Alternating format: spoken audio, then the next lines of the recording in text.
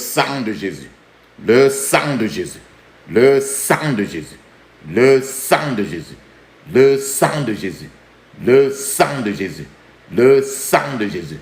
Dans le puissant nom de Jésus, nous avons prié. Amen, amen, amen. Bien-aimés dans le Seigneur Jésus-Christ, bonjour ou bonsoir, suivant le temps qui se passe là où vous êtes. Je suis apôtre Focam chrétien du ministère de John Itaïtou Ministry, c'est-à-dire du ministère de Jean chapitre 8 verset 32. Je suis votre partenaire de prière, votre partenaire de prière de tout le temps, votre partenaire de prière de tous les jours. Que la grâce et la paix de notre Seigneur Jésus-Christ soient avec vous et toute votre famille. Amen. Avant que nous ne commencions notre prière d'aujourd'hui, papa, maman, je vais beaucoup vous conseiller d'avoir l'huile d'onction. Et l'huile d'onction, que vous mettez une cuillère à café de cela dans votre bouche et rincez votre bouche pour avaler après. Vous rincez votre bouche, laissez d'abord que l'huile d'onction reste dans votre bouche pour au moins 2 minutes et après vous avalez cela. Mettez un peu d'huile d'onction aussi dans la paume de vos 2 mains. Frottez tous les 2 mains. Frottez la paume de vos mains avec l'huile d'onction. Frottez-la suffisamment. Frottez-la suffisamment. Frottez-la suffisamment. Frottez-la suffisamment. Frottez-la. Frottez votre front. Frottez votre front. Touchez vos cheveux. Touchez vos cheveux avec l'huile d'onction. Touchez votre nombril. Le nombril sur votre ventre. Faites la même chose que vous avez fait. Faites la même chose sur vos enfants. Surtout même avant qu'ils n'aillent dormir. Ou bien n'importe quel moment où vous sentez que qui que ce soit de votre famille a certaines difficultés de santé ou quoi que ce soit. Même dans n'importe quel moment de prière, faites toujours la même chose. Amen. Amen. Même quand quelqu'un est dans le coma ou bien à l'agonie, n'hésitez toujours pas, faites-lui à boire cette huile d'onction. Et si vous n'arrivez même pas à prier sur l'huile d'onction, pendant que vous priez cette prière, ou bien que pendant que vous répétez cette prière, mettez une bouteille d'huile d'onction près de vous. Quand vous serez en train de prier, alors au moment où vous aurez à fermer vos yeux pour répéter, alors mettez votre bouteille d'huile d'olive ou bien quelle huile dans votre main. Alors le Seigneur va baigner tout cela. Ou bien l'eau qui est devant vous, vous mettez ça, vous répétez, alors le Seigneur va bénir cela pendant que vous allez de faire cette prière. Amen. Amen. La Bible nous dit très bien dans 1 Thessaloniciens chapitre 5 verset 17, il est écrit, priez sans cesse, priez sans cesse, priez sans cesse. Parce qu'il faut que nous prions sans relâche. Nous devons prier régulièrement. Prier sans se reposer.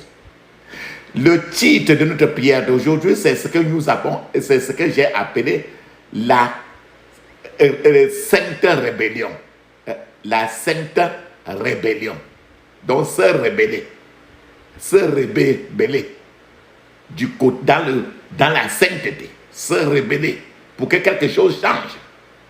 La sainte rébellion. La sainte rébellion. Alléluia. Je vais encore vous amener, papa, maman, à partager avec vous 1 Samuel chapitre 17, verset 38 à 40. 1 Samuel chapitre 17, verset 38 à 40. Saul fit mettre ses vêtements à David. C'est quand David allait pour lutter contre Goliath. Saul fit mettre ses vêtements à David. Il plaça sur sa tête un casque d'airain et le revêtit d'une cuirasse. David ceignit l'épée de Saul par-dessus ses habits et voulut marcher, car il n'avait pas encore essayé.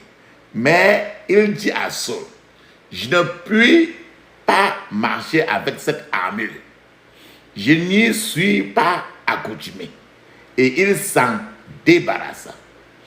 Il prit en main son bâton, choisit dans le torrent 5 pierres polies et les mit dans sa gibecière de berger et dans sa poche.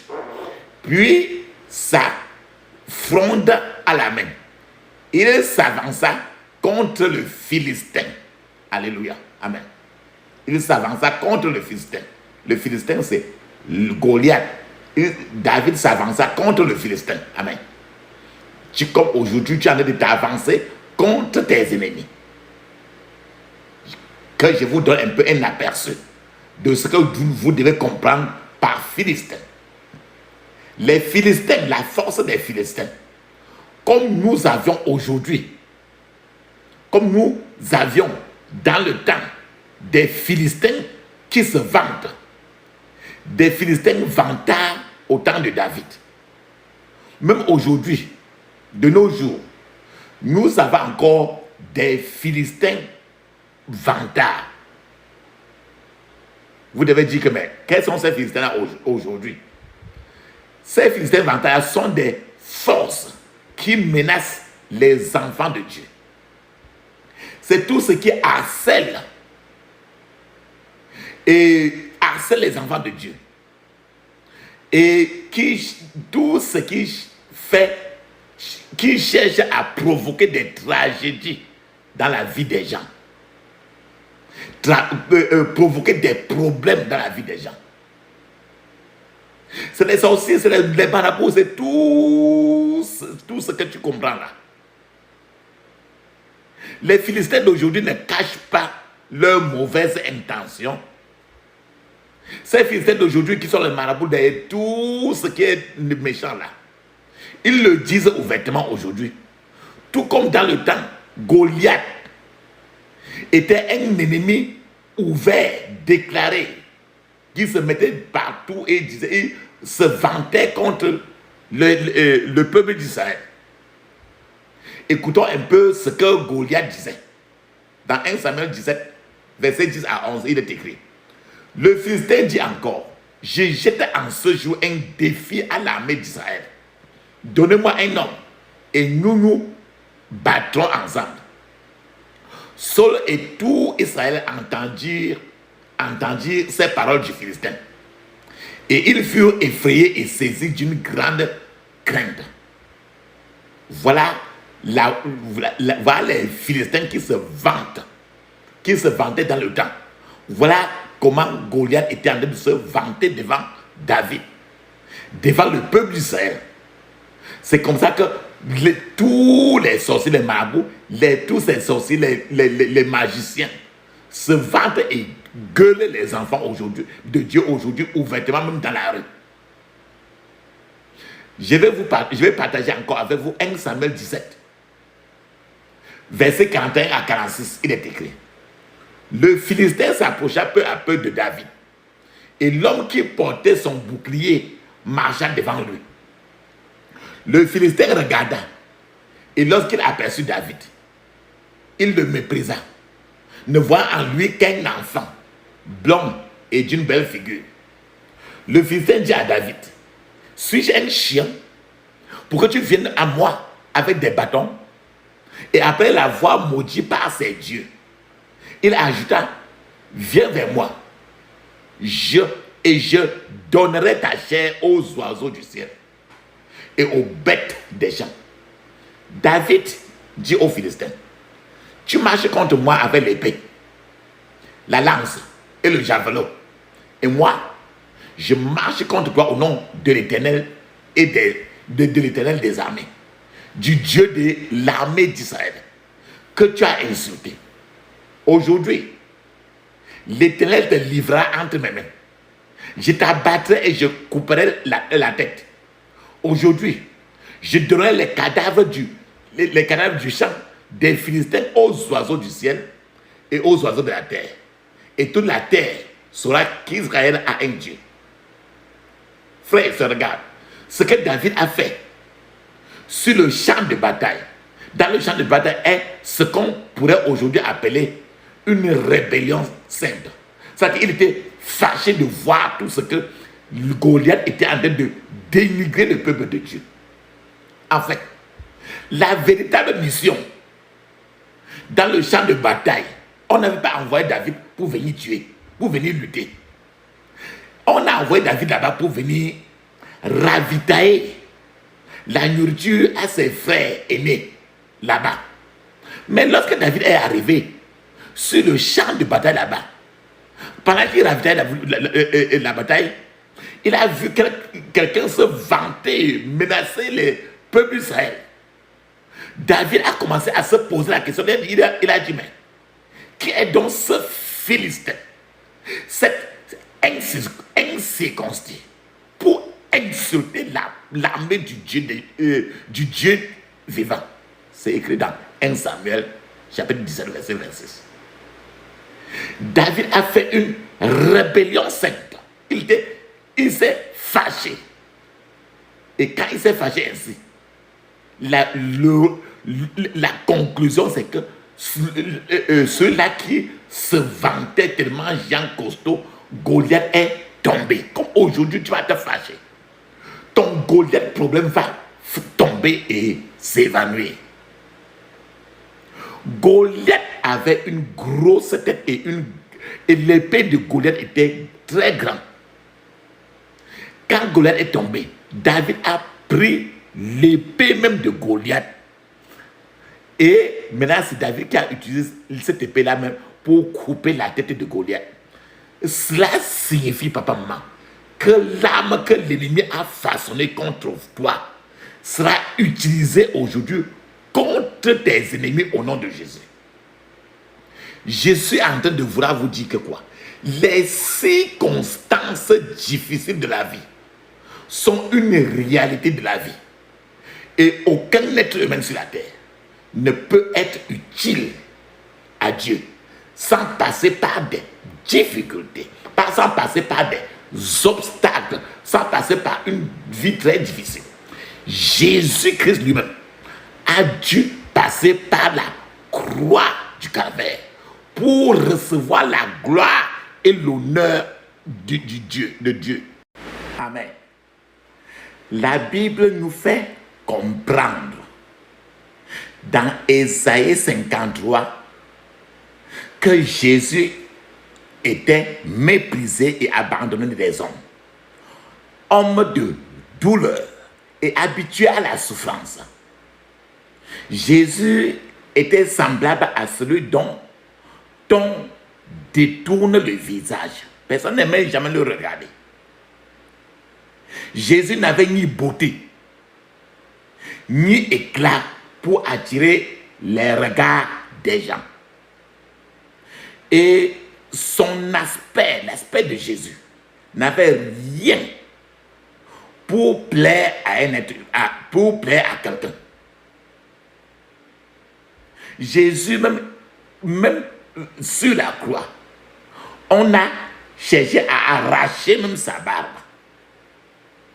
Jésus a traversé l'agonie pendant qu'il était dans son chemin pour recevoir la gloire et l'honneur. Papa, maman, passe maintenant, voilà la souffrance de Jésus pour arriver à cet honneur-là. On ne lui a pas donné seulement. Renseignez-vous encore auprès des vrais et des hommes loin de Dieu. Et parler à des gens qui ont fait des merveilles pour Dieu et aux yeux de Dieu.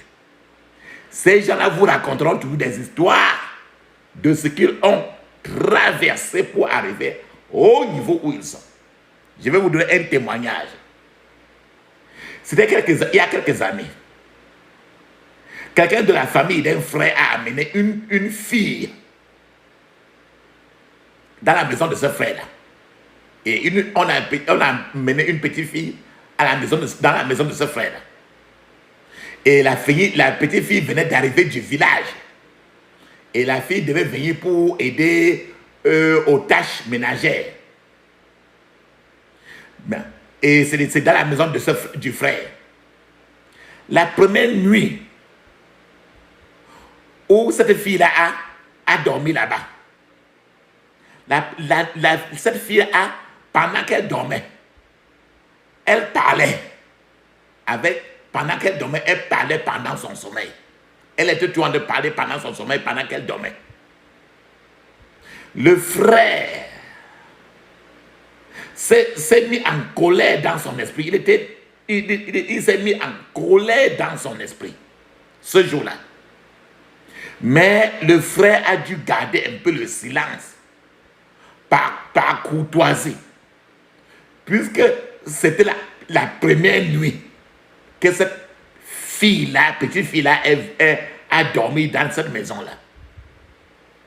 Le lendemain matin, le frère est venu affronter cette petite fille-là. Ce frère lui a dit à la petite fille que si elle osait encore avoir une conversation dans son sommeil avec ses partenaires invisibles, le frère lui a dit que si elle fait ça encore, elle va les emprisonner et les mettre dans un cage spirituel où leur travail, leur chose là ne marchera plus. Voici et quand le frère là a averti cette fille-là, cette nuit-là, la nuit suivante, cette fille-là n'a pas parlé pendant son sommeil. Mais le lendemain matin encore, la fille là a ramassé ses affaires et elle a quitté la maison. Elle est partie. Cela montre que l'avertissement de ce frère a déstabilisé le travail de cette fille-là. Les apôtres d'autrefois dans la Bible avaient des raisons de dénoncer certains gens à Dieu. Si tu regardes dans Actes des Apôtres, chapitre 4, 29, les apôtres ont crié à Dieu en disant: maintenant, Seigneur, vois comment il nous menace. Donc, quand il y a quelque chose qui se passe, qui ne marche pas, les apôtres criaient, comme toi aussi, quand quelque chose ne marche pas dans ta maison, tu dois crier à l'Éternel. Comme le frère a donné l'avertissement, beaucoup d'entre nous qui entendons ce message ont été menacés dans le passé, et tandis que certains encore vivent encore maintenant sous la menace de leur ennemi. Quelle grande insulte pour les enfants de Dieu vivant de vivre dans une telle condition. Par conséquent, je veux que vous vous mettiez en colère dans votre esprit aujourd'hui et que vous chutez, vous tirez aujourd'hui quelques flèches de prière contre votre ennemi. Je prie d'abord pour vous et je déstabilise tout sorcier qui fait la guerre contre ta vie maintenant au nom de Jésus. Je prie encore pour vous que tous ces pas envoyés contre toi commence à se mordre lui-même au nom de Jésus. Je prie encore pour vous que tout ennemi de ta percée devienne maintenant aveugle au nom de Jésus.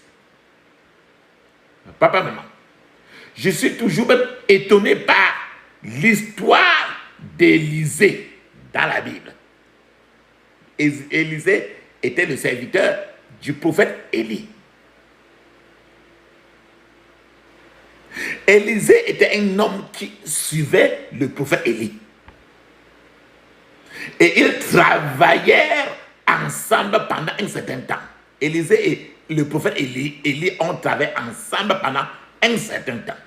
La première chose qui surprendrait un élève attentif de la Bible est le fait qu'il y avait beaucoup d'élèves à l'école des prophètes dont le prophète Élie était en charge.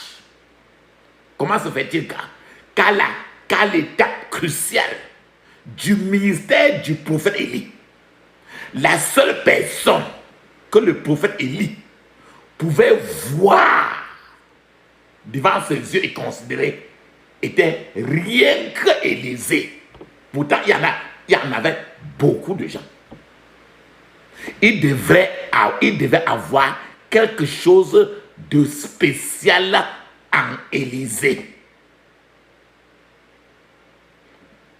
Allons-y. Élisée a suivi son maître, le prophète Élie, jusqu'au bout.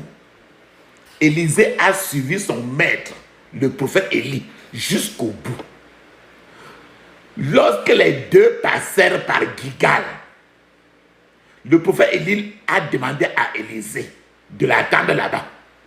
Mais Élisée a dit, non, l'Éternel est vivant. Où tu iras, j'irai. Je n'attends pas. Je n'attends pas. Parce que Élisée était déterminé à travailler avec Élie. Et il avait la passion de ce travail-là. Lorsque Élie et Élisée sont arrivés à Bethel, le prophète Élie a demandé à Élisée de nouveau d'attendre là-bas. Mais Élisée a refusé encore. Non, l'Éternel est vivant. Où tu iras, j'irai. Je n'attends pas. Et lorsque le prophète Élie et Élisée sont arrivés à Jéricho, lorsque le prophète Élie a vu que Élisée était déjà dans une rébellion sainte, et Élisée n'était pas prêt à laisser Élie partir.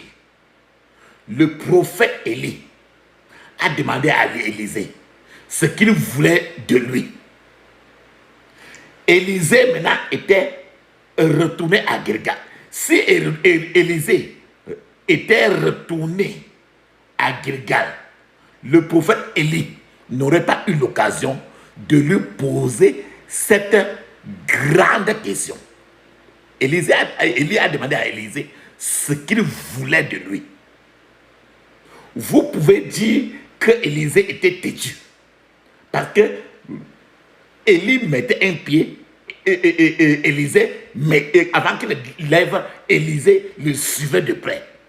Élisée était toujours en train de suivre tous les virgules, tous les pas du prophète Élie. Mais Élisée savait ce qu'il cherchait derrière le prophète Élie. Il était conscient de tout ce que le prophète Élie avait. Quand Élisée a dit finalement à son maître, le prophète Élie, qu'il voulait une double portion de son onction, alors son maître, le prophète Élie, a répondu très bien. 2 Rois 2, verset 10. Il a dit, Élie répondit, tu as exprimé une demande difficile à satisfaire. Mais, voilà une condition qu'il a dit. Mais, si tu me vois pendant que je serai enlevé d'auprès de toi, cela te sera accordé. Si tu ne me vois pas, il n'en sera rien. Allez, sinon, papa, maman, la demande ne peut être satisfaite si, dans des conditions, le prophète Élie a posé un certain nombre de conditions. En fait, il a placé Élisée dans un examen. L'examen final d'Élisée était de pouvoir voir le prophète Élie sur le char céleste. Et Élisée a vu le prophète Élie sur son char céleste quand il partait. Je suis convaincu dans mon esprit aussi qu'avant même ce jour-là, Élisée peut-être a pris des jeûnes et prié pendant des jours. Restait en jeûne et prié pendant des jours parce qu'il ne voulait pas manquer cette grande occasion en or. Élisée avait une sainte rébellion dans son sang. La rébellion de Élisée était sainte parce qu'il voulait atteindre coûte que coûte un résultat. Quand le char céleste est arrivé pour porter et partir au ciel le prophète Élie, Élisée a vu cela et a crié. Voilà ce qu'il a dit. C'est écrit dans 2 Rois 2:12. Il a dit, Élisée regardait tout en criant, mon père, chars et cavalerie d'Israël. Puis, il ne le vit plus. Il prit alors ses habits et les déchira en deux. Voilà ce que Élisée a fait. Il a crié. Après, à un certain moment, il a disparu dans la nature. Alors le prophète, maintenant Élisée, a pris les habits qui étaient pour Élisée et le prophète Élie. Il a déchiré en deux. Ce n'est que 2 portions. Il a fait un pas supplémentaire. Élisée a fait un pas supplémentaire dans la rébellion sainte. En ne s'asseyant pas et en ne regardant pas le char. Élisée s'est plutôt accroché à son maître, le prophète Élie, et a pris son vêtement.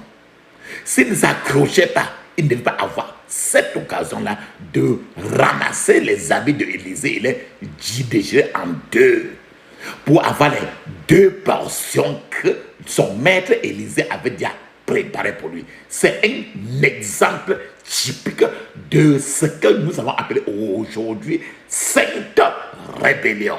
Une rébellion sainte, c'est une rébellion pour atteindre un but du ciel. Un but qui va changer le reste de ta vie. Si vous êtes par exemple un ministre de Dieu, avec un cœur compatissant, vous découvrez parfois que les gens traversent alors des choses insupportables dans leur vie. Lorsque vous entendez ou voyez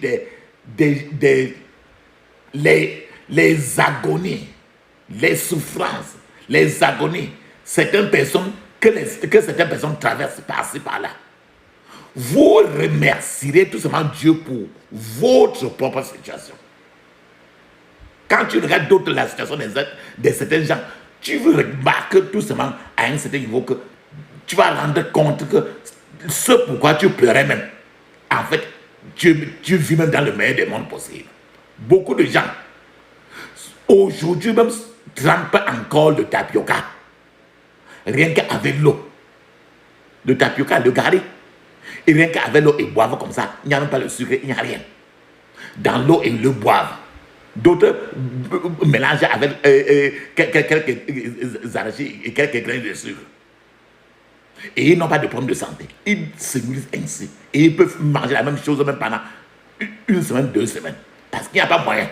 Mais jusqu'à là, ils n'ont pas un problème de santé. Mais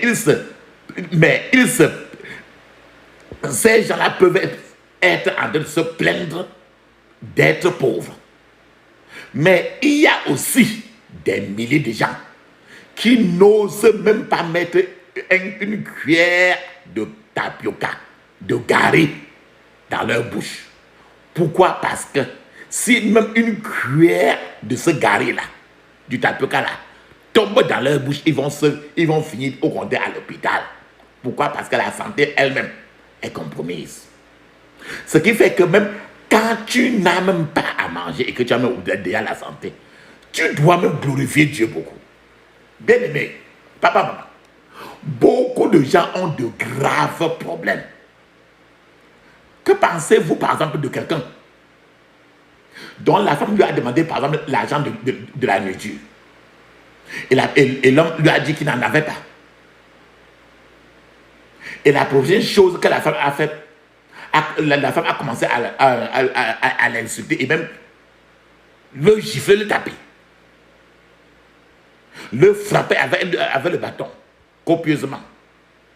À partir, par exemple, de ce jour-là, cet homme-là, par exemple, qui a subi cela, cet homme a peut-être perdu sa tête. Et a commencé maintenant à vagabonder les rues, à être au contraire dans les boîtes, à être sur un vagabond.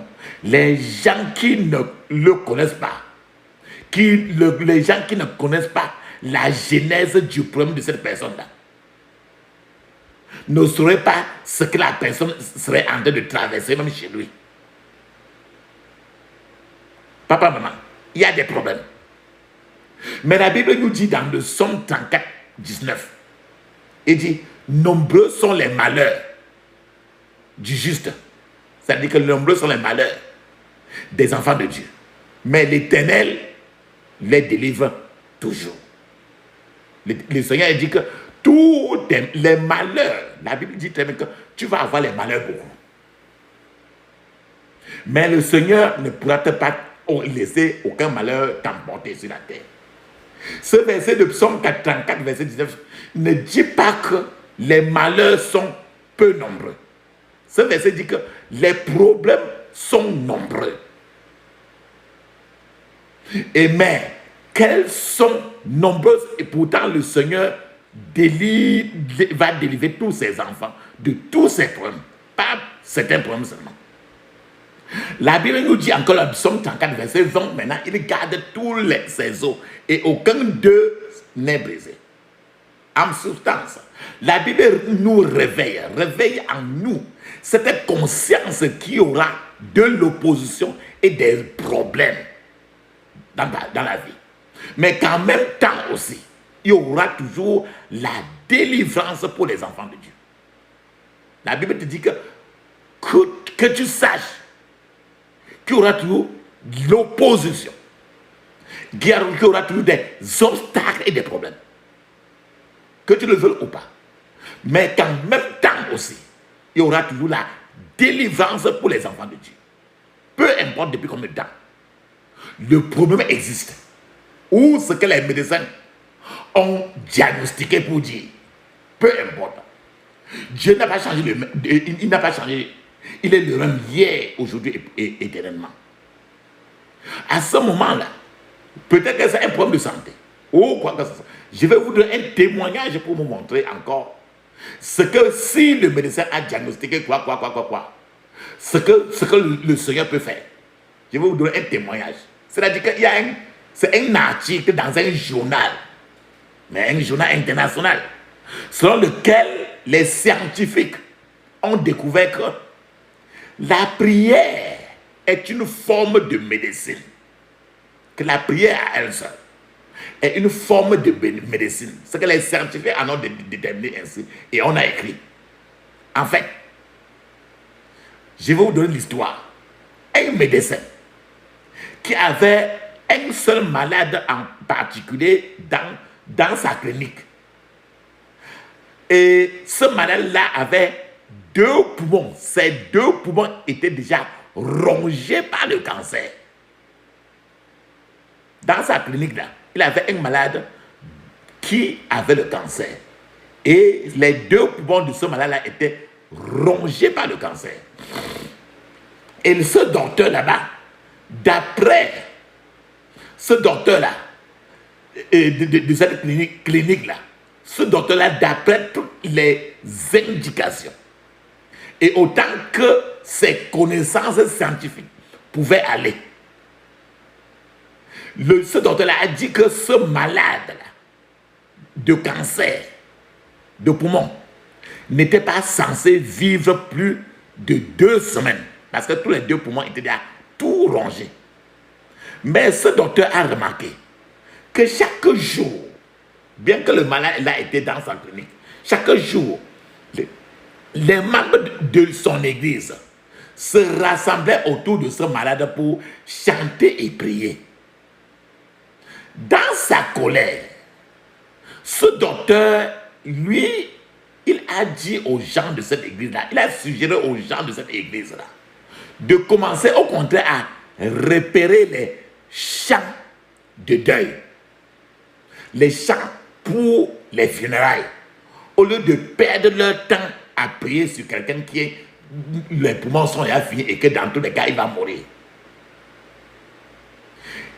Ce docteur a dit que, étonnamment, l'homme n'était pas mort même après 2 semaines. Et que la façon dont il s'était sorti de cette maladie dépassait ses connaissances médicales qu'il a fait à l'école. Ce docteur était trop dépassé du fait qu'on a prié et la personne était finalement guérie. 1 an plus tard, l'homme là qui était guéri est venu rendre visite à ce docteur-là. Cela a poussé ce docteur-là à décider de faire une recherche scientifique sur ce qu'on appelle la prière comme médecine. Son thème maintenant était la prière comme remède. La prière comme remède à la santé. Alors ce docteur a fait ce travail il a fait des travaux de recherche. Il a fait ce travail dans un hôpital où dans cet hôpital-là, il y avait environ 300 malades. Les noms de certains de ces malades étaient écrits sans mentionner leurs maladies respectives. Et certains de ces malades-là étaient envoyés dans une église pour des prières régulièrement. Dans la recherche, ce docteur-là les a choisis au hasard. Il a choisi les malades au hasard. Pendant les 6 mois, on priait sur cet échantillon de malades-là. On continuait à prier, on priait. Après 6 mois, ils ont vérifié les dossiers et ont découvert qu'environ 80% de ceux pour lesquels ils avaient prié pendant 6 mois avaient survécu leur maladie et n'étaient pas morts. Tandis que seulement 25% de ceux pour lesquels on n'avait jamais prié avaient survécu de la vie. Lorsque cet homme, ce docteur, a découvert que davantage de gens sur la liste de prières avaient été guéris, il a été convaincu du pouvoir de la prière. Pourtant, il ne trouvait rien d'important dans la prière. Il a compris maintenant la démarche scientifique. Il a conclu le pouvoir de la prière qui peut percer, faire ce que la science même ne peut pas faire. Il a été convaincu que la science était limitée. Papa, maman. Certains gens pleurent tous les jours à cause de leurs problèmes. Ces gens oublient que les problèmes, les obstacles, les afflictions du chrétien sont nombreuses, mais que le Seigneur les délivre de tous ces problèmes. Nous avons dit ça aujourd'hui. La seule personne qui peut vous empêcher d'être délivré de tous vos problèmes n'est pas le diable. Le diable n'est pas à mesure de vous empêcher d'être libéré. Ni votre pasteur, ni qui que ce soit, ni vos ennemis. Mais il n'y a que vous-même qui pouvez décider de ne pas être guéri, de ne pas être délivré. Ainsi, quelle que soit la circonstance à laquelle quelles que soient les circonstances, les problèmes à laquelle vous faites face, la façon dont vous y réagissez déterminera si vous serez délivré ou non. Je vous ai dit que priez sans cesse. Si vous décidez de réagir en exerçant une rébellion sainte, une sainte rébellion, vous vous en sortirez. Ça ne viendra peut-être pas facilement, mais vous vous en sortirez au bout du compte.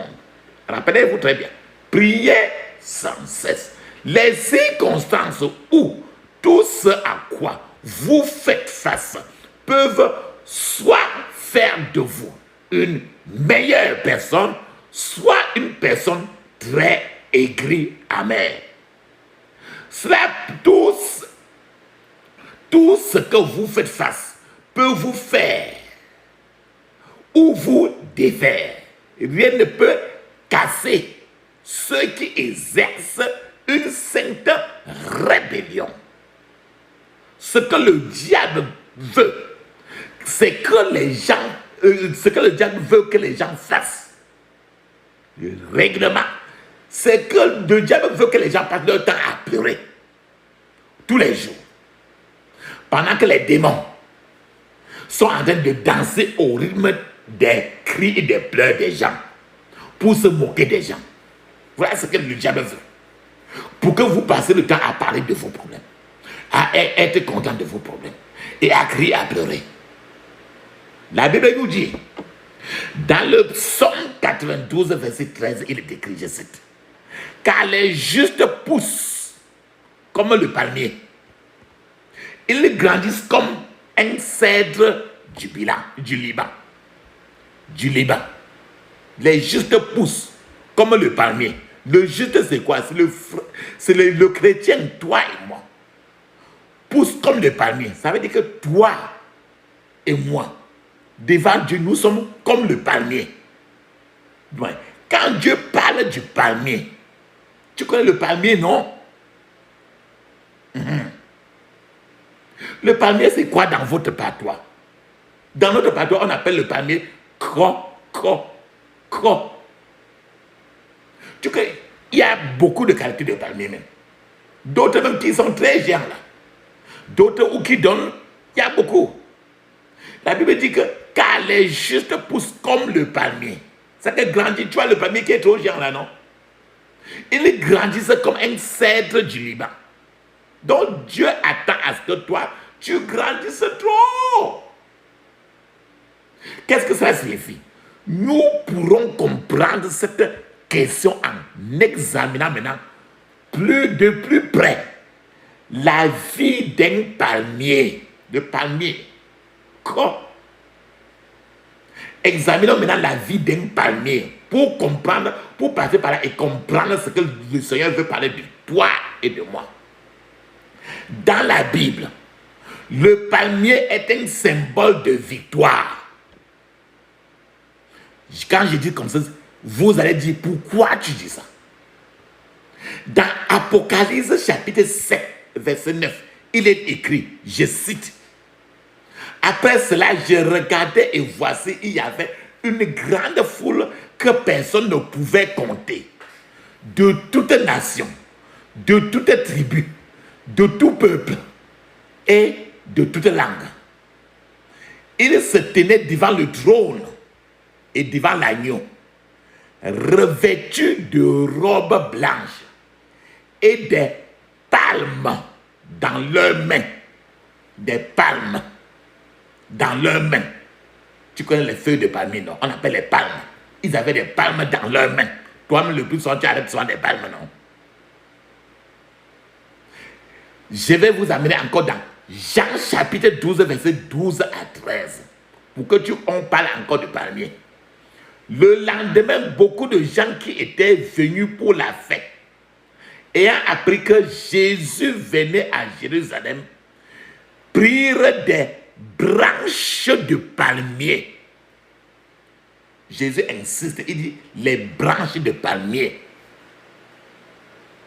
Le plus souvent, le corps, le plus souvent vous brûlez même, non? Le soute. Prirent des branches de palmier et allèrent à sa rencontre en criant Hosanna, Hosanna, béni soit le roi d'Israël qui vient au nom du Seigneur. Quand on a crié Hosanna, ce fut un jour de victoire. C'est pour ça que je vous ai dit que le palmier est le symbole de victoire. C'est le symbole de victoire. Ou bien c'est ça qu'on appelle le palmier. Le palmier, je vous en parle encore maintenant plus du palmier. Rappelez-vous très bien. Le palmier, les scientifiques nous disent qu'il y a de nombreuses utilisations du palmier. Il y a plusieurs qualités. Et il y a de nombreuses utilisations du palmier. Je vais tous vous donner quelques exemples et vous connaîtrez même plus que moi. Le tabac est la nourriture quotidienne de millions de personnes. Plusieurs tabacs sortent aussi du palmier. Ce que les gens appellent le vin de palme. Ou encore, il y a aussi même le vin de raffia. Ça vient du palmier. Le vin de palme frais. C'est-à-dire que quand on vient de prendre ça ce jour-là, et c'est très frais, il n'y a pas d'alcool. Mais si tu quittes le vin de palme frais qui tombe du palmier, ne saoule pas, parce qu'il n'y a pas d'alcool. Ce n'est pas fermenté. Et c'est pour ça que Dieu a placé ça dans la Bible. Elle est quelque chose qu'on peut boire. Mais ce vin de palme, ou encore ce vin blanc, ou bien ce vin de raffia, devient enivrant, devient un vin qui saoule. Lorsque ce même vin est stocké, fermenté, gardé ou fermenté, quand ça passe déjà le jour là qu'on a enlevé, maintenant ça devient nocif. Et ça devient un problème. Je crois que Noé, c'est ça qu'il a, comme il était le premier vigneron. Le premier vigneron. Amen. Comme Noé était le premier vigneron, alors le Seigneur avait ordonné que l'on boive le vin de palme, mais pas le vin de palme frais. Mais quand ça sort déjà un seul jour, c'est déjà stocké, fermenté. Et maintenant, ça devient ce qui est pour Satan lui-même. Ce sont ceux qui veulent se détruire, qui gardent le vin de palme pour le transformer en un produit chimique. Et ça devient maintenant un destructeur. C'est la même chose avec toute la création, même la création de Dieu. Les êtres humains sont ceux qui transforment une chose utile que Dieu a donnée en quelque chose de nocif, quelque chose qui est destructeur de la vie de l'être humain. Maintenant, parlant toujours du palmier, il y a ce qu'on appelle la graine du palmier est utilisée pour produire de la nourriture pour de nombreux animaux.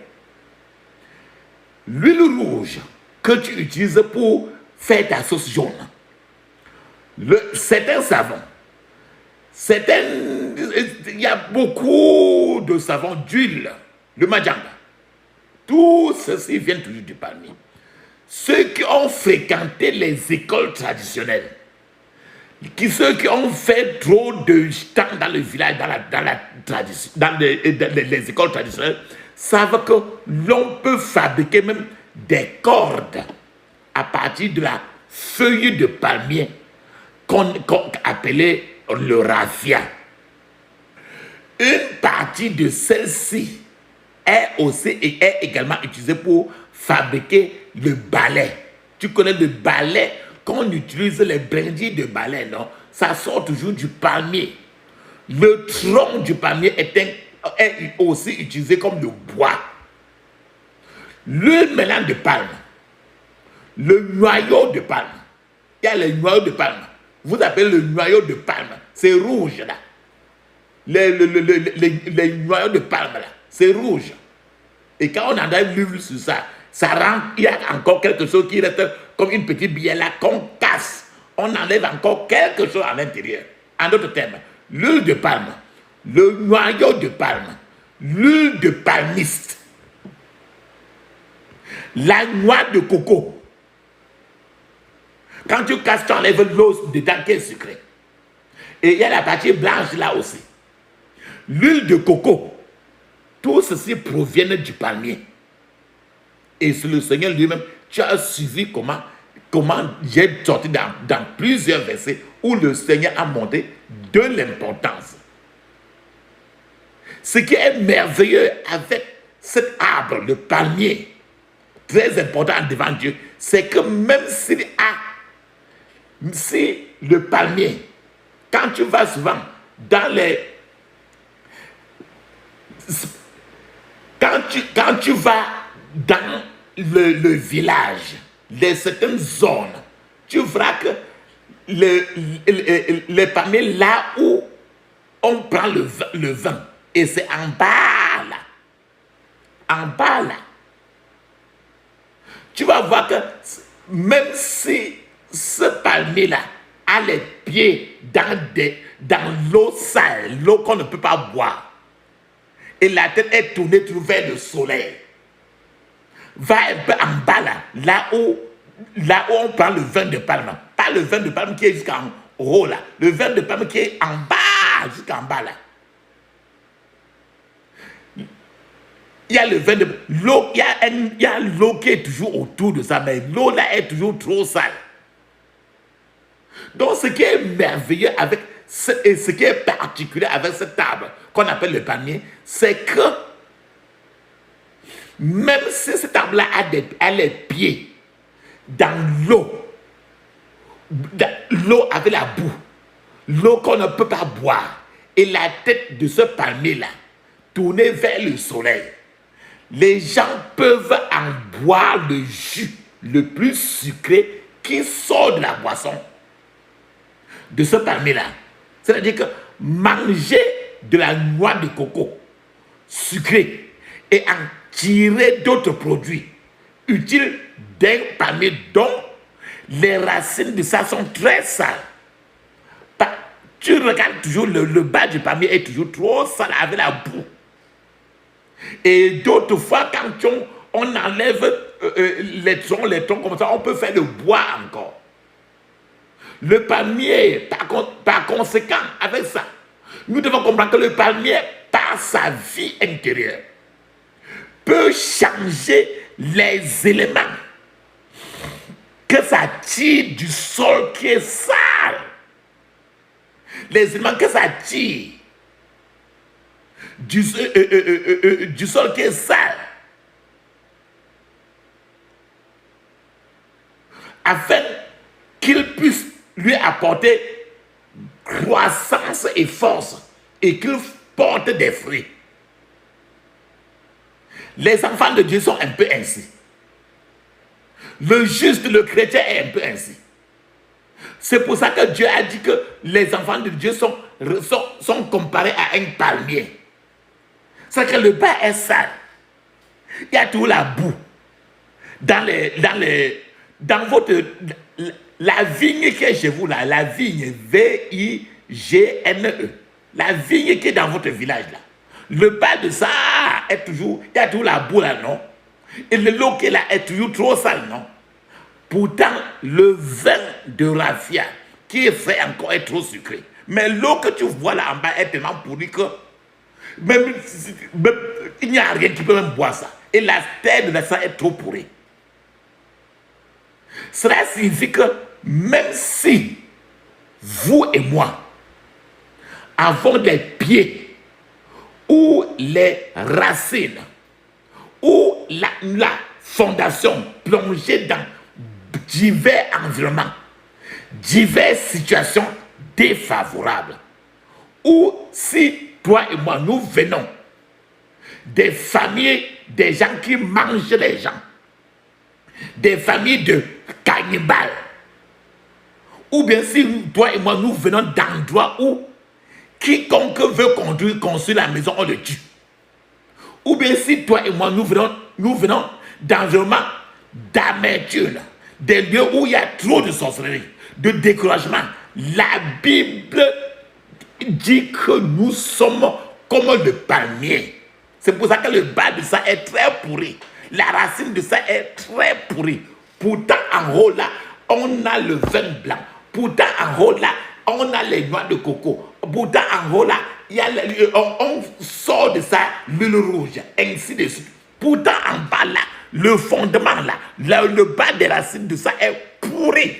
Malgré toutes les difficultés, nous devons grandir et devenir forts. Voilà ce que le palmier a à nous dire. Nous devons rejeter le mal, assimiler le bien. De nombreux chrétiens d'aujourd'hui souffrent du diabète spirituel.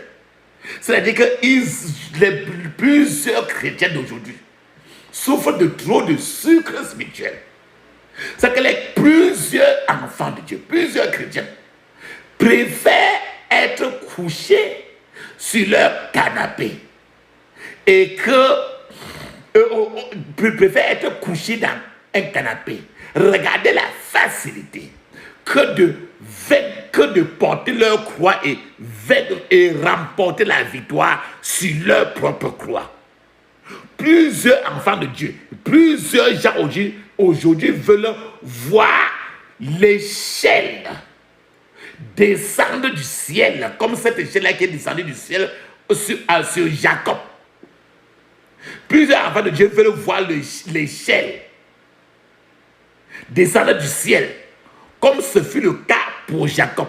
Mais ces enfants de Dieu ne sont pas intéressés à poser leur tête sur un oreiller sur un oreiller qui est le caillou, comme Jacob en a fait. Jacob avait mis sa tête au contraire, au lieu d'un oreiller en mousse, son oreille était une grosse pierre. Plusieurs chrétiens veulent poser leur tête sur de beaux oreillers en mousse. Ils veulent dormir sur des lits avec le matelas en mousse. Ils veulent que l'échelle du ciel descende pour qu'eux vivent dans l'opulence. Ainsi, lorsque plusieurs enfants de Dieu ont un problème ou rencontrent un obstacle dans leur vie, ils en font tout un problème. Beaucoup de parents aujourd'hui même sont toujours en train de choyer leurs enfants pour les conduire doucement vers la porte de l'échec. Parce qu'ils ne comprennent pas que ce qui rend quelqu'un grand dans la vie finalement, c'est ce qui est un problème d'abord. Donc quand tu remportes la victoire contre un problème, à partir de là, tu avances plus que tu ne peux. Donc s'il n'y a pas de problème, tu ne peux pas être grand. Or, s'il n'y a pas de problème, tu vas vaincre quand la Bible nous dit très bien. Je vais partager avec vous Psaume 66, verset 9 jusqu'à 12. Je cite. C'est grâce à lui que nous vivons. Il nous a gardés de la chute. Nous parlons comme ça de Dieu. Tu nous as éprouvés, ô Dieu. Tu nous as jetés au creuset comme on fait pour l'argent. Tu nous as pris au piège. Tu nous as chargés d'un fardeau. Tu as permis à l'ennemi de nous réduire sous son joug. Nous avons traversé le feu.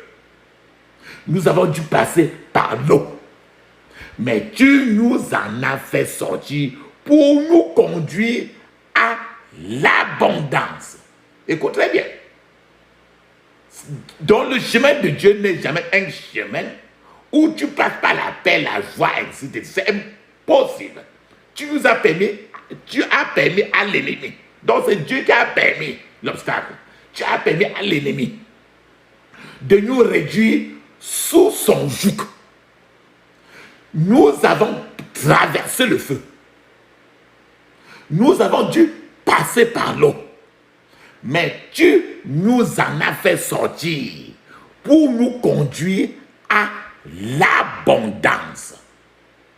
Frères et sœurs, nous devons passer par toutes ces routes difficiles que la Bible a mentionnées dans ce passage avant que Dieu puisse nous placer dans un endroit riche, afin que Dieu puisse nous placer dans l'abondance. Avant que quiconque puisse devenir quelque chose dans la vie, d'une manière ou d'une autre, il ou elle doit avoir été malmené, découragé, opprimé, bousculé. Il n'y a pas de moyen facile de gagner une couronne. Une couronne, c'est une victoire. Pour une victoire, il faut aller affronter. Il faut une rébellion, mais sainte. Certains gens disent qu'elles veulent grandir, qu'elles veulent avoir le pouvoir, devenir élevées, devenir puissants. Mais lorsque ces gens sont mis à l'épreuve dans leur vie, ces mêmes gens échouent par Dieu. Ces mêmes gens échouent quand Dieu les met à l'épreuve. Ces gens échouent. Dieu vous met à l'épreuve avec un problème ou un autre pour voir comment vous en sortez. Si Dieu découvre que vous échouez ou que vous êtes capable de résister aux difficultés, aux montagnes, à tous les stress de l'épreuve, Dieu peut retenir cette puissance qu'il devait vous donner. Par conséquent, le pays où tu es face à l'opposition, c'est le pays où tu auras trop d'opportunités. C'est-à-dire que tous tes problèmes, les problèmes qui sont nombreux devant toi, c'est les opportunités qui sont en train de se multiplier devant toi. La nourriture de la victoire est constituée de circonstances défavorables de la vie. C'est-à-dire que ce qui nourrit votre victoire, ce sont vos circonstances défavorables. Ainsi, tous les problèmes auxquels vous pensez faire face maintenant doivent être considérés comme une opportunité de grandir vers la maturité. Ces problèmes-là doivent être considérés comme une opportunité pour vous de faire connaître la puissance de Dieu dans votre vie. C'est pour ça que la Bible nous dit encore très bien. Dans Ecclésiaste chapitre 10, verset 7, il est écrit, je cite, pour que nous partageons ensemble. J'ai vu des esclaves monter sur des chevaux et des chefs en train de marcher comme des esclaves. Ceci veut dire que nous avons un libérateur qui surveille nos vies. Il ne vous mettra pas à l'épreuve au-delà de ce que vous pouvez supporter. Tous les problèmes que tu rencontres sont des problèmes que tu peux supporter. Parce que Dieu ne peut te mettre une croix qui est au-delà de la tienne. Le monde, tel qu'il est géré rien que par Dieu, le plus grand concepteur. Dieu est le grand Seigneur des seigneurs. Si vous croyez que Dieu est votre Père, alors vous êtes plus fort que n'importe quelle circonstance et obstacle qui vous semble terrible. Lorsque vous faites face à un obstacle, votre objectif en tant que celui qui règne comme un roi doit être de faire de l'obstacle votre esclave. Ne faites pas de votre problème, de votre obstacle, votre maître. Très, très longtemps. L'incrédulité rend beaucoup de gens esclaves de leurs problèmes, de leurs obstacles et de leurs problèmes. Croyez toujours que vous êtes le maître de vos problèmes. Ne permettez pas que vos problèmes deviennent votre maître. En vieillissant dans la foi, devenez-vous meilleur ou permettez-vous à l'ennemi de vous menacer par des chantages. Il faut que pendant que vous vieillissez dans la foi, vous devenez plus meilleur et que l'ennemi ne vous dicte plus ses lois. Ne permettez à aucun problème de vous gérer la vie. Ne permettez pas à a un problème de gérer votre vie. C'est vous qui devez être assis au-dessus de vos problèmes. Alléluia.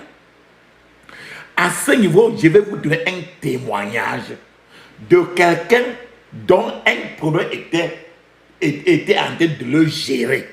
Et il ne savait plus, il était devenu l'ombre de lui-même à cause d'un problème. C'est quand il a renversé pour s'asseoir maintenant sur le problème que maintenant, alors il a retrouvé toute la joie totale. Je vais vous conter l'histoire de Tanya et Tamo. L'histoire de deux enfants, deux personnes qui vivaient dans l'internat. L'autre s'appelait Tanya. Tanya. T-A-G-N-E. L'autre s'appelait Tamo. T-A-M-O. C'était tous des élèves qui vivaient dans un internat. Les deux étaient confiés aux soins d'un maître, d'un professeur. À cette époque-là, lorsqu'un élève était confié aux soins d'un professeur ou d'un maître, cet élève avait des troubles car pour le professeur, en fait, c'est le conseil de discipline. Donc, Tanya et Tamo étaient confiés à un professeur, à l'internat, pour les discipliner. Tanya et Tamo étaient censés s'occuper des canards qui appartenaient à ce maître-là. Tu connais le canard, non? Le canard. Je ne sais pas comment vous appelez ça chez vous. D'autres appellent ça le dorfoir, ouais. Donc, Tanya et Tamo étaient censés s'occuper des canards qui appartenaient au maître. Maintenant, là, donc ils regardaient le canard parce que le maître avait les canards. Maintenant, un jour, Tanya a tué par erreur un canard. Le canard est mort. Tanya a tué par erreur un canard. Et maintenant, comme il avait peur du maître, et il avait peur qu'on le sache, et ça devait lui créer trop de problèmes, Tanya a décidé de préparer vite ce canard-là et le manger, pour effacer les traces, pour cacher son erreur. Le travail du matin de Tanya consistait à balayer la maison, nettoyer la cuisine chez le maître, laver les assiettes, réchauffer le reste de la nourriture de hier soir pour que les enfants mangent et que lui aussi mange, et habiller les enfants de son maître pour qu'il aille à l'école avant que lui-même il se prépare aussi lui-même pour aller à l'école. Le travail de Tamo consistait à s'assurer que on a coupé les herbes à tous les entourages de la maison. Et que les fleurs qui étaient dans toute la construction étaient bien arrosées. Le premier jour, après que Tanya ait mangé le canard là, il s'est réveillé à 6 heures du matin. Et il a réveillé son frère Tamo aussi. Mais Tamo, qui connaissait très bien que Tanya a mangé le canard là, mais Tamo lui a dit qu'il ne doit pas se réveiller en ce moment-là, qu'il doit lui se réveiller à 7 heures, qu'il le laisse tranquille, à 7 heures du matin. Et que Tanya doit s'assurer qu'il doit l'aider. Qu'il va se réveiller même jusqu'à 7 heures. Mais Tanya, tu vas m'aider. Sinon, je vais trahir au maître que tu as tué le canard et que tu as mangé. Voilà, Tanya était déjà esclave du canard. Et il est devenu maintenant Tamo marchait sur Tanya à cause du secret. Et Tanya avait peur que le maître ne sache. Donc, Tamo utilisait maintenant le canard qu'on a tué et que Tanya a tué par erreur pour manger. Maintenant, Tamo utilisait maintenant ça pour rendre Tanya son esclave. À partir de ce moment-là,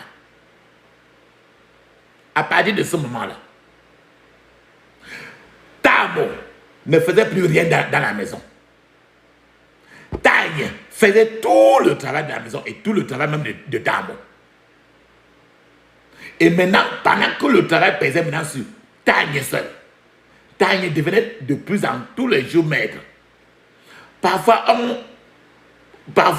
quand on leur servait la nourriture,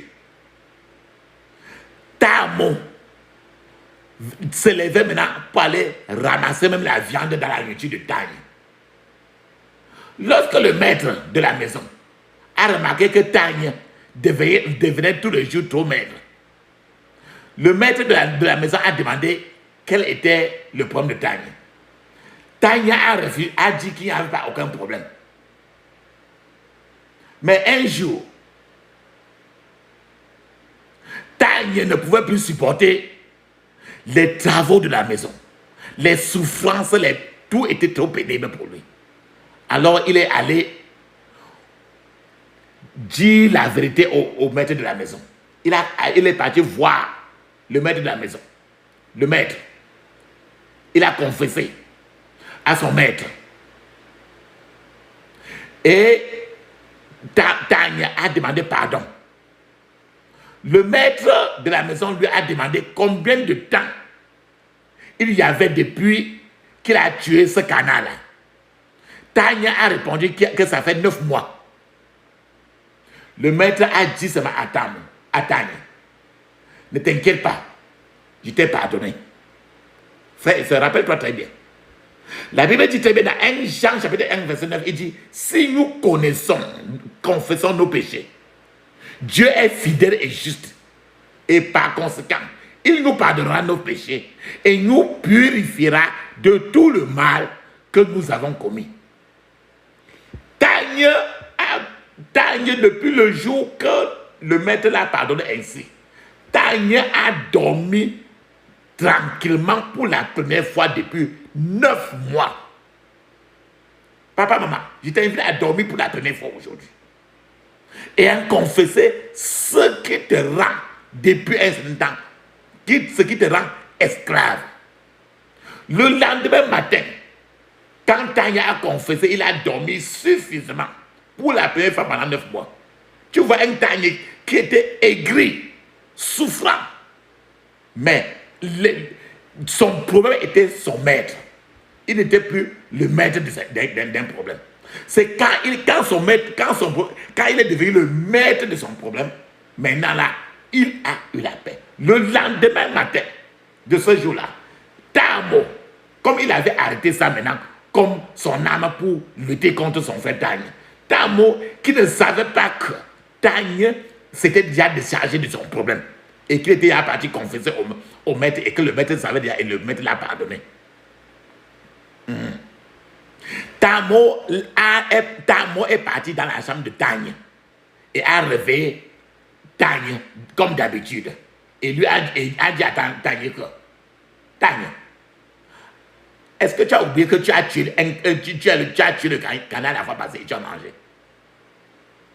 Donc, lève-toi, tu m'aides rapidement. Fais vite.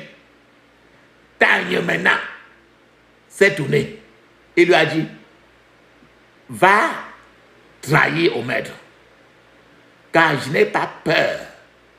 J'ai confessé tous mes péchés, va trahir. Donc, je n'ai pas le temps. C'est ainsi qu'un problème. Papa, maman. C'est ainsi qu'un problème fait assujettir beaucoup de gens. Met les gens dans une souffrance qui ne parle jamais.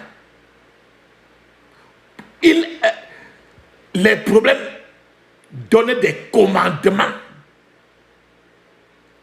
aux gens. Les problèmes leur dictent simplement comment vivre leur vie. Tamo était celui-là qui dictait finalement comment Tanya doit vivre. À cause du canard tué et que Tanya avait peur de confesser. Tant que vous n'aurez pas mené une rébellion spirituelle contre un problème, contre un obstacle, ce problème-là va continuer à vous faire marcher au rythme de ces problèmes-là et vous harceler. Tanya a fait 9 mois, aigri. Je ne sais pas combien de temps, face à un problème, tu es aigri aussi. C'est au jour où Tanya a libéré tout à l'Éternel, à son maître, qu'il a dormi pour la première fois pour 9 mois. Et la peur a quitté. Il était maintenant devenu maître de Tamon. Parce que Tanya a commencé à être rebelle. Il a commencé la rébellion spirituelle. Il a dit, trop, c'est trop. Que ça se casse, ça se casse. Tu vas voir le maître. Si tu veux me tuer, alors le maître, par erreur, j'ai tué le canard. Comme j'avais peur, j'ai préparé ça, j'ai mangé, j'ai déjà chié. Et c'est fini. Si tu veux me finir, tu finis. Et voilà la peur. Il avait peur. Pendant 9 mois, il avait peur pour rien. Voilà la rébellion sainte.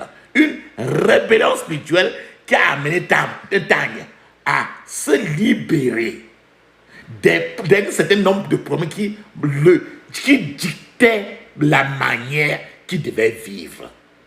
C'est la rébellion.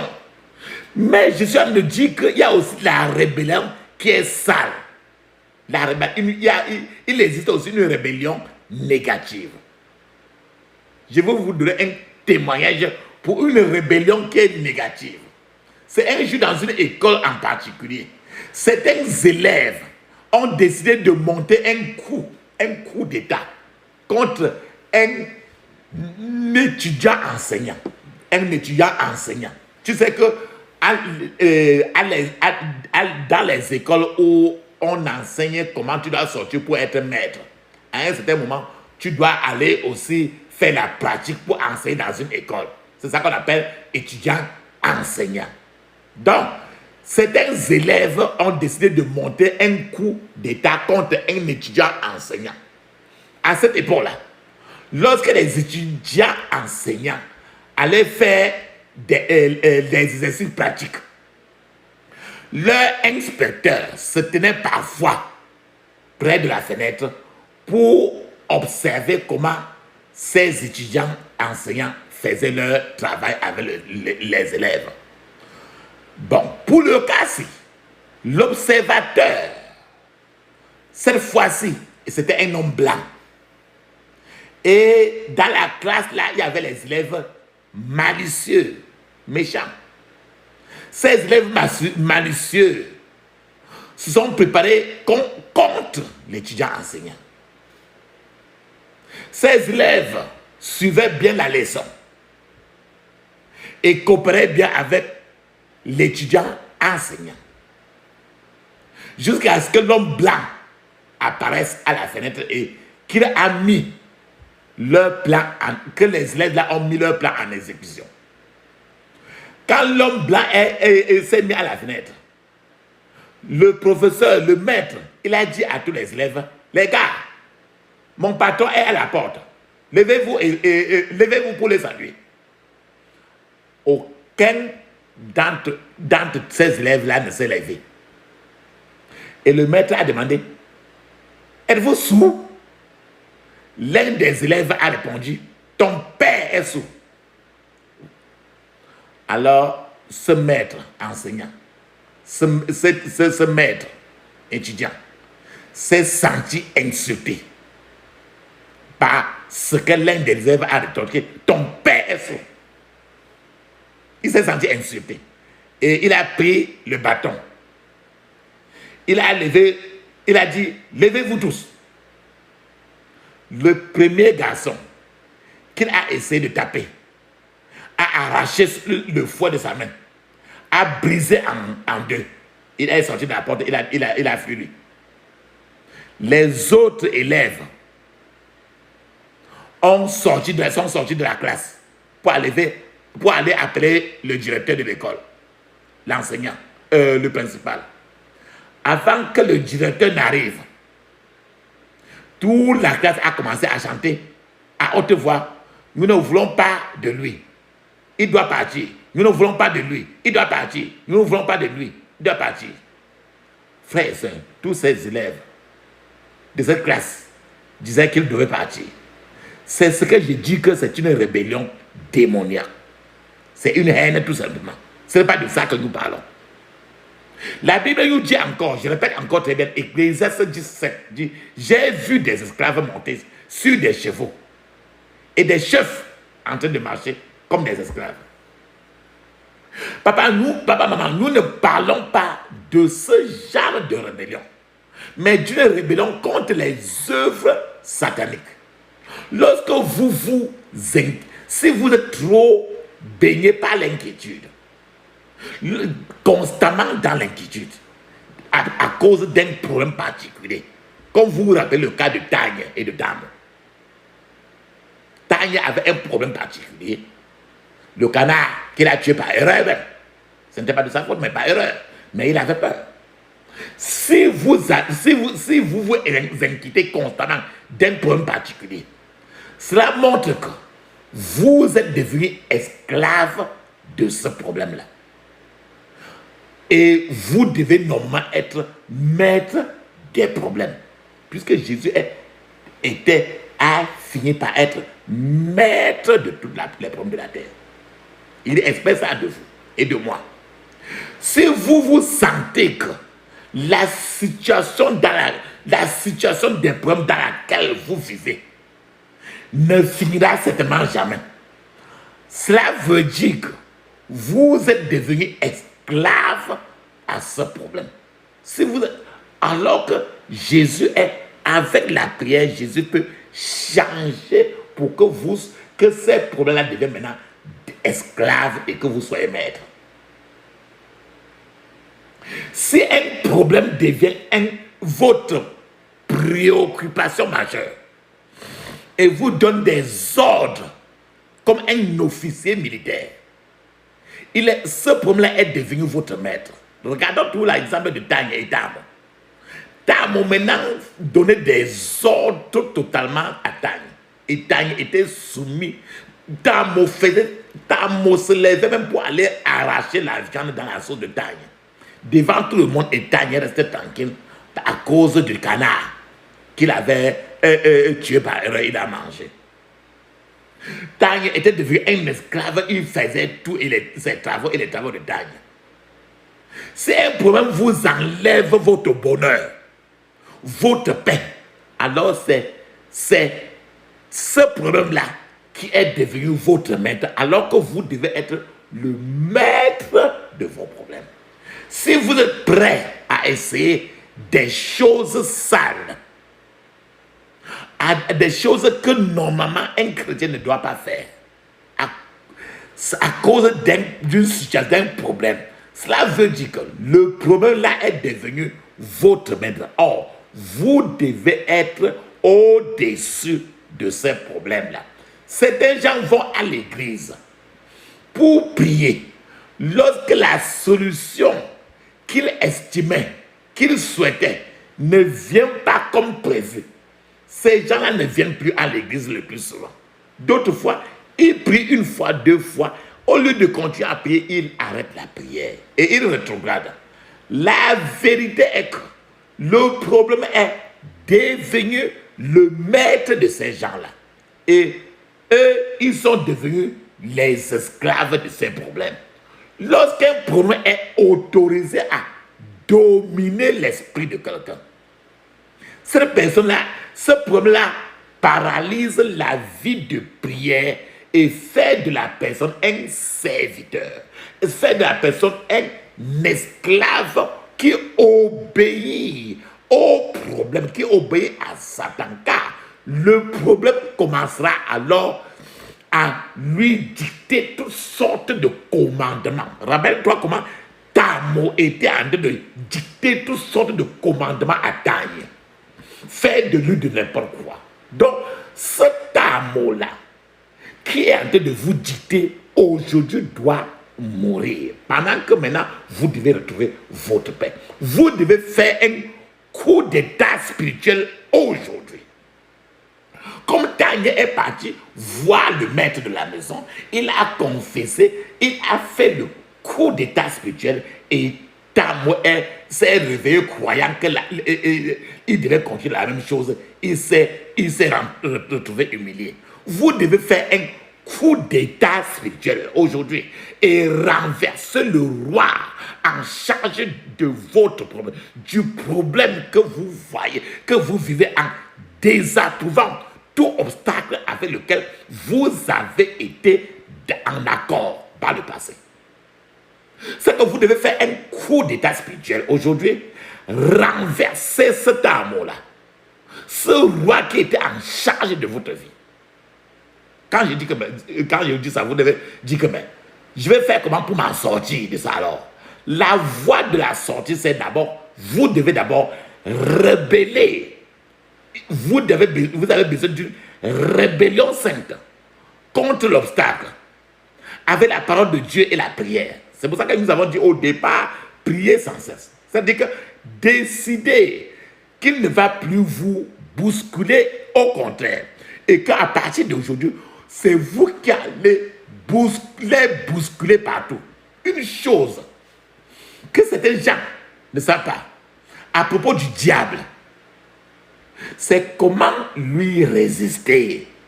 La Bible nous dit très bien dans Jacques, chapitre 4, verset 7. Je cite. Résistez au diable et il fuira loin de vous. Vous ne reconnaîtrez pas que le diable est un lâche jusqu'à ce que vous lui résistez. Et vous serez étonné de voir ce diable-là disparaître. C'est quand Tagne a résisté que Tamon a préféré. Il ne pouvait plus. La deuxième chose que vous devez faire, c'est vous débarrasser. Débarrassez-vous complètement du problème, de votre esprit. Comme Daniel est parti, il a parlé de ça au maître de la maison. Il a dit la vérité. Vous me dites la vérité à l'Éternel. Chassez votre problème de votre esprit. Daniel est parti chasser le problème de son esprit. Et chaque fois que le problème essaie de revenir, chassez toujours. Remplacez ce problème-là par des pensées bibliques. Pas des pensées bibliques, pas des pensées très positives. Quand ce problème-là arrive, remplacez et passez beaucoup plus de temps dans la prière. Et le Seigneur va vous aider à renverser parce que lui, il a vaincu. Il a vaincu tous les problèmes. Et il s'attend à ce que toi et moi, nous vaincrons. Et il est là pour t'aider, m'aider à remplacer les problèmes par les Écritures. Les problèmes par la prière. La troisième chose que vous devez faire pour vous en sortir, traitez le problème. Traitez l'obstacle. Regardez le problème comme un chien qui n'a pas de dents. Tu connais les dents, non? Un chien qui n'a pas les dents ne peut pas mordre. Il peut aboyer n'importe comment. Il ne peut rien faire. Donc, regardez ce problème-là. Regardez ces obstacles-là comme un chien sans dents. C'est-à-dire, faites-le en lui disant que le Seigneur a vaincu toi, ce problème sur la croix. C'est ce que Tanya a fait. Tanya s'est souvenu qu'il devait aller voir le maître de la maison, le Seigneur Jésus. Il a confessé, parce que Jésus a vaincu cela. Il a déclaré la vérité, que c'est depuis 9 mois que j'ai tué le Canada par erreur. Et je l'ai mangé parce que j'avais peur. Et alors le Seigneur, il a posé la question, il a répondu clairement. Et il a été pardonné. Dites-lui que celui qui est en vous, dites à ces problèmes-là, à tous ces obstacles, que celui qui est en vous est plus grand que celui qui est dans ce problème. C'est ce qui est écrit dans 1 Jean chapitre 4, verset 4. La quatrième chose que vous devez faire, papa, maman, réjouissez-vous toujours dans le Seigneur. Ne laissez aucun moment de tristesse traverser votre esprit. Encouragez-vous avec des psaumes. Encouragez-vous à chanter les hymnes. Encouragez-vous à faire de multiples prières que nous relâchons du jour au lendemain. Alléluia. La cinquième chose, pour sortir Remplissez votre esprit de la parole de Dieu. Dieu ne peut jamais mentir. Et en tant que tel, les paroles de Dieu ne peuvent jamais mentir non plus. Apprenez à méditer. Méditez sur la parole de Dieu. En la personnalisant même à votre situation. C'est ainsi que vous pouvez maintenant tourner l'obstacle à devenir votre esclave. Tournez vos problèmes pour que votre problème maintenant soit maintenant votre esclave. Comme Tanya a fait. Il a tourné les problèmes qui le rendaient très aigri pendant 9 mois. Il a tourné ça maintenant pour que ça devienne maintenant un esclave et il a dormi comme un petit enfant depuis combien de temps tu ne dors plus? Maintenant, quand vous avez fait ça, vous allez dormir dans une quiétude. Et aussi, la sixième des choses, c'est qu'évitez les gens, certains gens et certains amis là, vos proches qui n'ont pas de foi, qui vous conseillent toujours le négatif. Ces proches-là qui vont vous décourager. Ne permettez pas cette connexion avec vous. Évitez ces genres de gens, car ils vous entraîneront encore plus bas et dans plus de douleur dans votre cœur. La septième chose, c'est que papa m'a rébellez-vous agressivement. Rébellez-vous agressivement contre le problème en mettant votre foi à profit. C'est ça que vous allez faire aujourd'hui. Rébellez-vous, la rébellion sainte. Rébellez-vous. Soyez fâchés. Comme Tanya était fâché, il a dit que trop c'est trop, il me faut aller voir le maître moi-même. Je confesse maintenant, et quand rébellez-vous. S'il n'y a pas de rébellion, tu peux vaincre. Et puis, faites des confessions positives tous les jours. Ne dites jamais rien de négatif de vous-même ou bien des autres. Faites des confessions que tout est bien. Tu vas dire que confession positive, c'est quoi? Rappelons-nous très bien que la foi sans les œuvres est morte. La Bible nous dit ça. Vous, comme moi, vous devez donc mettre votre foi en pratique. La foi dit que je vais mener cette bataille et je vais vaincre pour retourner. La foi dit aussi que tout va bien. La foi ne dit pas que non, rien ne marche dans ma vie. Il est comme ça, rien ne marche. Toute ma vie est ratée. Non, la foi dit que tout va bien. Comment ça va? Ça va bien. Pourtant, tu es en train de mourir même. La foi dit que tout va bien. Donc, lorsque vous avez vraiment la foi, vous aurez gagné le combat avant même de commencer même ce combat-là. Tu vas dire, pourquoi tu dis ça? David a tué Goliath avant d'aller même le tuer vrai. David a tué Goliath avant d'aller le tuer. Comment a-t-il fait cela? Il a dit dans 1 Samuel 17, 45. 1 Samuel 17, verset 45. Il a dit, David dit aux Philistins, tu marches contre moi avec l'épée, la lance et le javelot. Et moi, je marche contre toi au nom de l'Éternel des armées, du Dieu de l'armée d'Israël, que tu as insulté. Il a exercé. David ainsi a exercé sa foi. Et je marche contre toi au nom de l'Éternel des armées, du Dieu de l'armée d'Israël, que tu as insulté. Donc, avant que David ne parte même pour enlever son caillou du sac, pour frapper sur le front de Goliath, David, en partant déjà, il avait demandé déjà que le ciel soit derrière lui. Donc, il a remporté la victoire avant d'aller affronter un géant. David qui n'avait même jamais arrêté le fusil. Alors, papa, maman, je te pose une question assez simple. Est-ce que tu règnes au-dessus? Est-ce que tu règnes dans la vie comme un roi? Parce que la Bible nous dit très bien dans Romains 5, 17. Si par l'offense d'un seul, la mort a régné par lui seul, à plus forte raison, ceux qui reçoivent l'abondance de la grâce et du don de la justice régneront-ils dans la vie par Jésus-Christ lui seul? La question, règnes-tu dans la vie comme un roi? Ou encore, as-tu laissé ta vie être complètement envahie par les problèmes?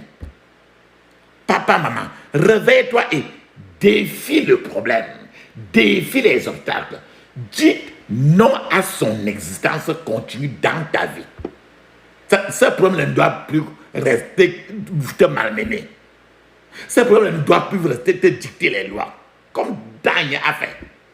Et même une solution, même alors aujourd'hui, une sainte rébellion. Dans la prière aujourd'hui, tu vas être en train de mener une rébellion sainte. Tu réussiras au nom de Jésus. Cependant, frères et sœurs, si jusqu'à présent tu n'as pas abandonné ta vie au Seigneur Jésus-Christ, je te conseille de le faire là où tu es. Le Seigneur est là avec toi et est prêt à te prendre dans sa maison.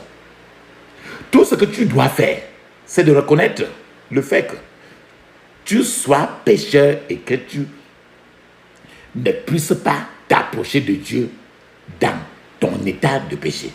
Confesse-lui tes péchés. Nomme-les un par un et demande-lui de te pardonner et de te purifier de toute injustice. Dis au revoir au diable et au monde. Invite le Seigneur Jésus dans ta vie et demande-lui de devenir ton Seigneur et Sauveur personnel. Intronise-le sur ta vie. Remets-lui toute ta vie. Je te félicite pour cette décision, papa, maman, que tu viens de prendre. C'est la décision la plus importante de ta vie. Je prie pour qu'elle soit permanente dans ta vie. Au nom de Jésus. Je prie pour que le Seigneur te soutienne de sa main droite de justice et ne te laisse pas tomber. Je prie pour que ton nom soit écrit dans le livre de vie et que tu ne l'effaces en aucun cas. Au nom de Jésus. Papa, maman, il est temps que nous allons prier ensemble. Et mon espoir en vous, c'est de faire cette prière aujourd'hui avec toute agressivité que tu peux rassembler. Assurez-vous que vos pierres de prière localisent maintenant le front non protégé de ce Goliath problème qui harcèle votre vie. Menez une sainte rébellion. Alléluia. Je m'approche de toi. Je m'approche de toi. Source de vie, source de vie, source de vie. Mon sauveur, bénis-moi. Source de vie, source de vie, source de vie. Mon sauveur, bénis-moi. Fais silence en mon cœur. Fais silence en mon cœur. Viens et me parle, viens et me parle, viens et me parle. Oh, oh mon divin sauveur, viens et me parle, viens et me parle, viens et me parle. Oh, mon divin sauveur. Rends-moi conforme à toi. Rends-moi conforme à toi. Divin modèle, oh, divin modèle, divin modèle. Mais ton image à moi. Divin modèle, divin modèle, divin modèle. Mais ton image à moi. Rends-moi bouillant, Seigneur. Rends-moi bouillant, Seigneur, pour ton service, pour ton service, pour ton service, que je pas t'en vaincre, pour ton service, pour ton service, pour ton service, que je pas t'en vaincre. Et quand tu reviendras, et quand tu reviendras dans tes milices,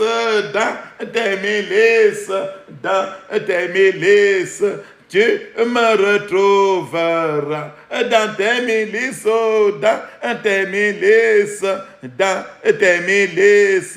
tu me retrouveras. Amen. Papa, maman, ferme maintenant tes yeux, ouvre ta bouche, crie, répète clairement, dis ceci.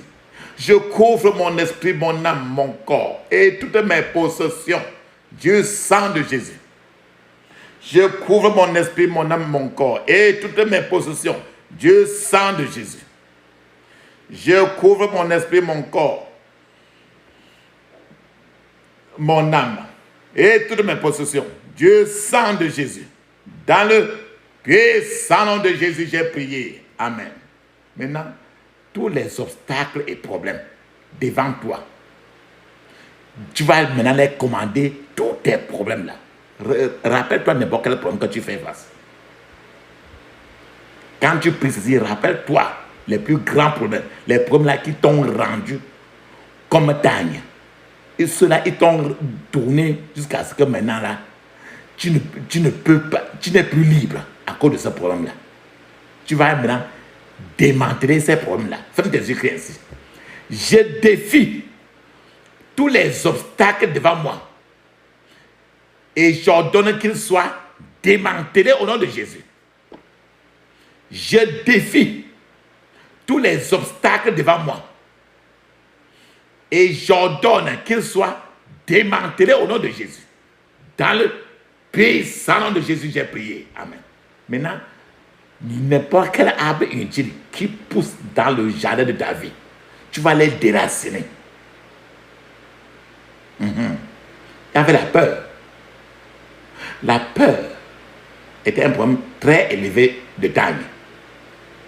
Et il a fait 9 mois. L'arbre de la peur, c'était pour le... Maintenant, je ne sais pas quel problème est dans ta vie.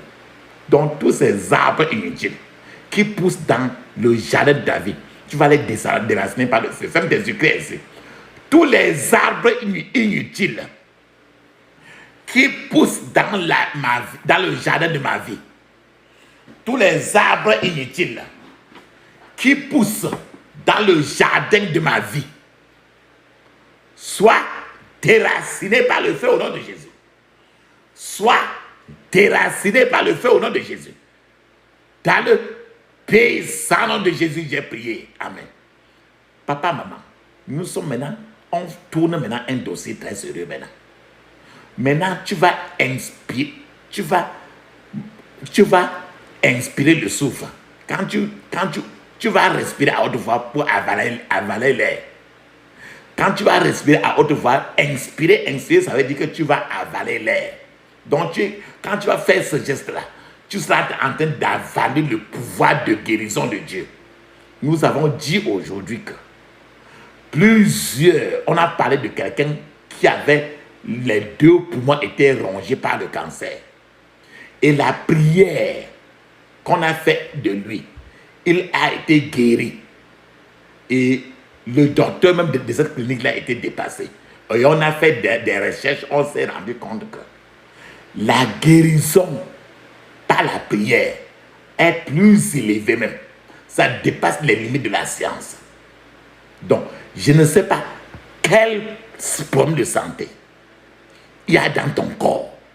Ce problème de prière maintenant va faire à ce que le pouvoir de guérison de Dieu va entrer. Quand tu vas respirer, quand tu respires pour que quelque chose entre là, au moment que tu vas me faire ça là, le pouvoir de guérison de Dieu va entrer dans toi.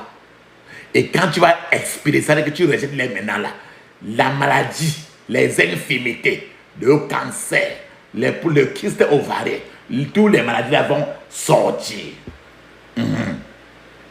Donc, lorsque vous dites, j'inspire le pouvoir de guérison de Dieu. J'inspire, inspirer ça veut dire qu'avaler. J'inspire le pouvoir de guérison de Dieu. Tu dis ça 3 fois. Maintenant, vous respirez profondément dans votre organisme. Faites-le pas avec foi. Et pendant que vous expirez, c'est que quand vous retirez l'air, les maladies, les infirmités vont retourner à ceux qui ont envoyé la maladie sur toi au nom de Jésus. Ça va? Donc quand vous respirez pour sortir l'air,